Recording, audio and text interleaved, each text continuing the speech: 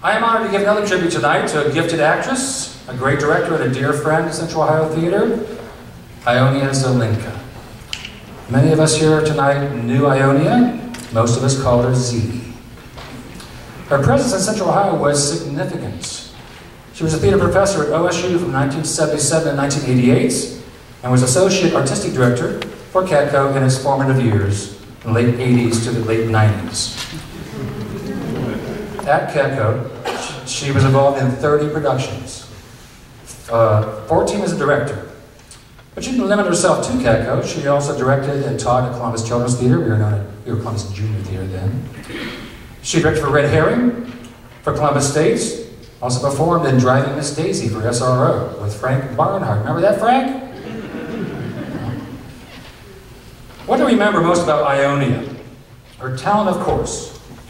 Michael Grossberg wrote in his eloquent tribute to her in October, said, quote, "When I think back to some of the most memorable Central Ohio theater productions I've seen and treasured in my years at the Dispatch, Ionia Zelenka was key," unquote.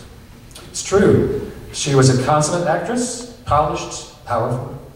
If you were in the audience and she was up on that stage, you wanted to watch her. She had a presence. She commanded the stage, but she also shared it unselfishly. I think anyone who had the joy of working with Ionia jumped at the chance to work with her again. She was also loved and respected as a director, but you know, she never intended to be a director. Jeff Nelson shared an interview of Ionia from 1980, I believe it was in the OSU Lantern, where she talked about her very first directing gig. She was taking a directing class at Catholic University taught by theater critic Walter Kerr. And she was assigned to direct Singe's one-act play, Riders to the Sea. She said in the interview, quote, "I was terrified because I never really liked the play, and everybody else adored it. So I just went to work. I worked and worked my actors to death, poor babies." You hear Ionia say that. After the run of the play, Walter Kerr came up to her with a look of astonishment and said, "You directed that? You know, it's the first time I've ever really understood or enjoyed that play."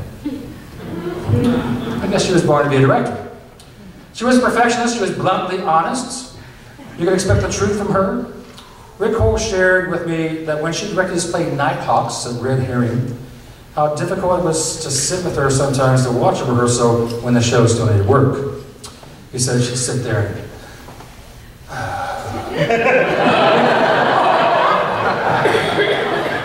and she'd mumble, "Oh." Mary Trapp recalls, "I will always remember Ionia using the following line when she didn't like what she saw from an actor in rehearsal. 'I don't believe you.'" She says, "I've used those words for inspiration as I've worked on characters ever since.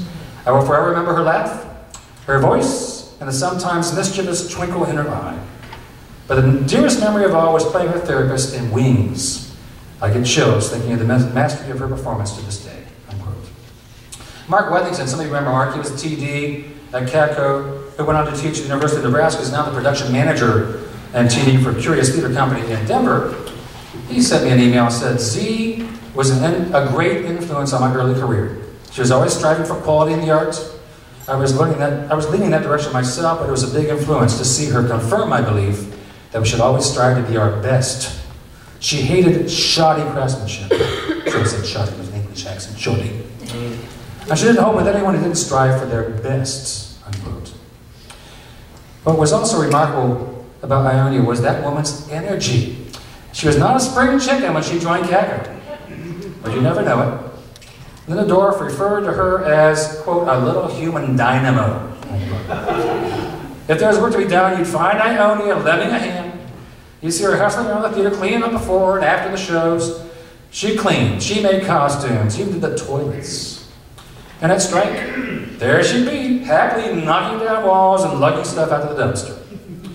To quote Jeff Nelson again, "Ionia was inexhaustible.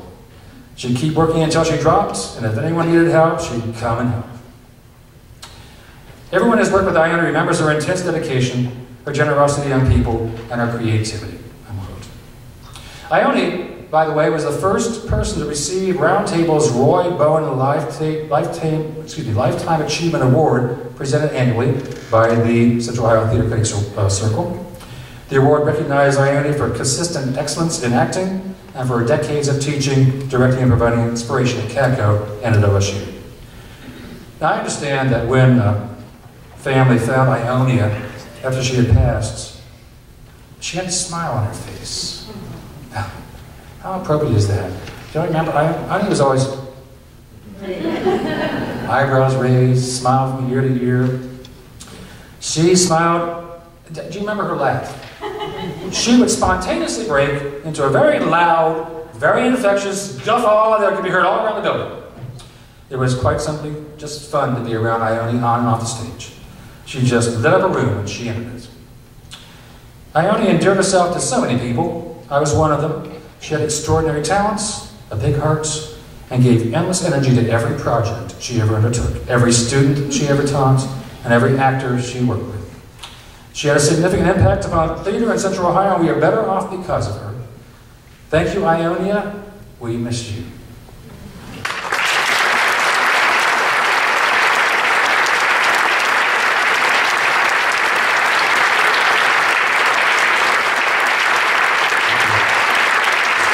Zelenka, please come to the stage.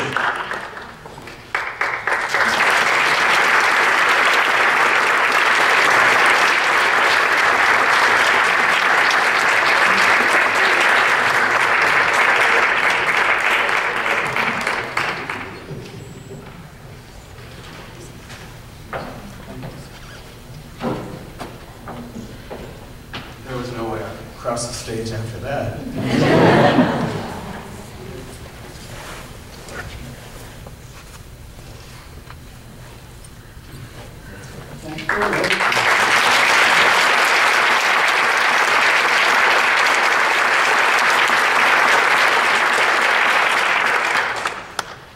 If she were here now, she'd probably look at me and go, "Padiddle."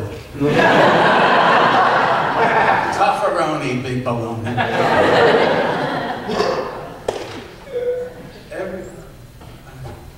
Thank you all very much for coming.